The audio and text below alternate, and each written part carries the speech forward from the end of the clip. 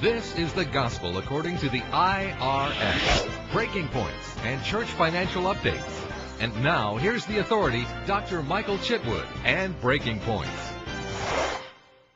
Welcome to Breaking Points. Today I'm going to begin something that probably you have never heard presented in this way.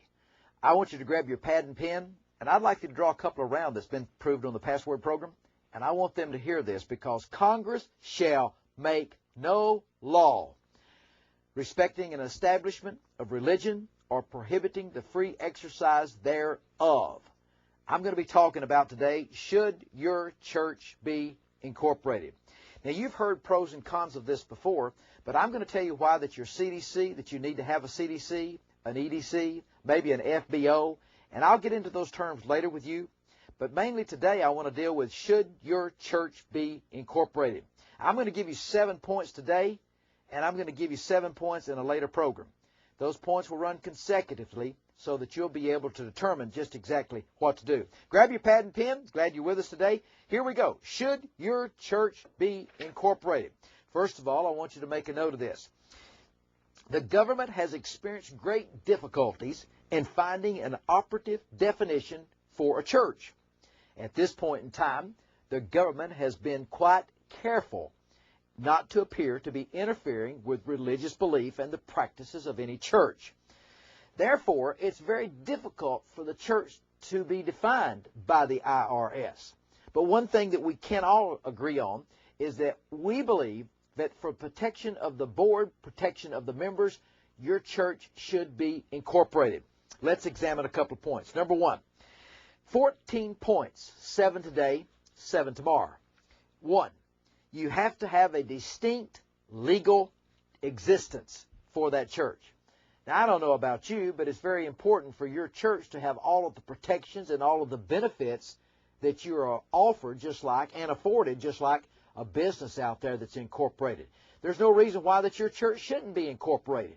It's just a matter of you understanding what's the best for your board's protection, what's the best for your members' protection. I'll tell you this, that if your church doesn't have B&O and E&O, it's very possible that they could wipe out your church as far as the board of directors, board of deacons, board of elders, and the pastor.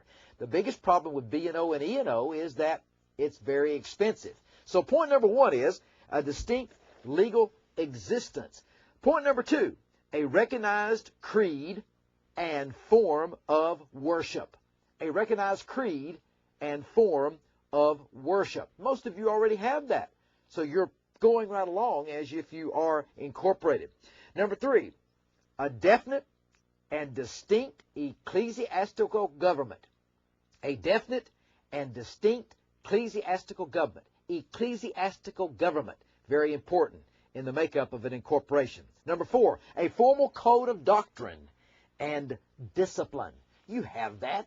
You have a form of doctrine and discipline in your bylaws, don't you? And we'll discuss the bylaws in a later session. But right now we're talking about one thing.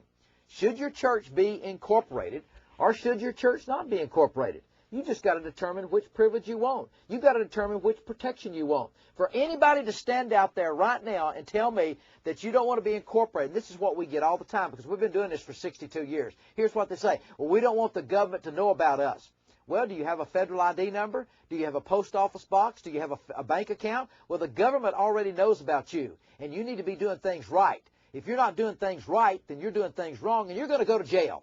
And it's about time that you get your house of worship in order. And I know that you want that, but a lot of you don't know how, when, and even where to start. So with that in mind, you have to have a formal code of doctrine and discipline. Number 5, a distinct religious history. A distinct religious history.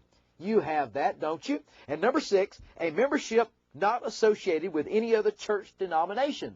A membership that's not associated unless you're part of a group exemption. And number 7, a complete organization of ordained ministers ministering to their congregation. Now, if you've done all of that, guess what?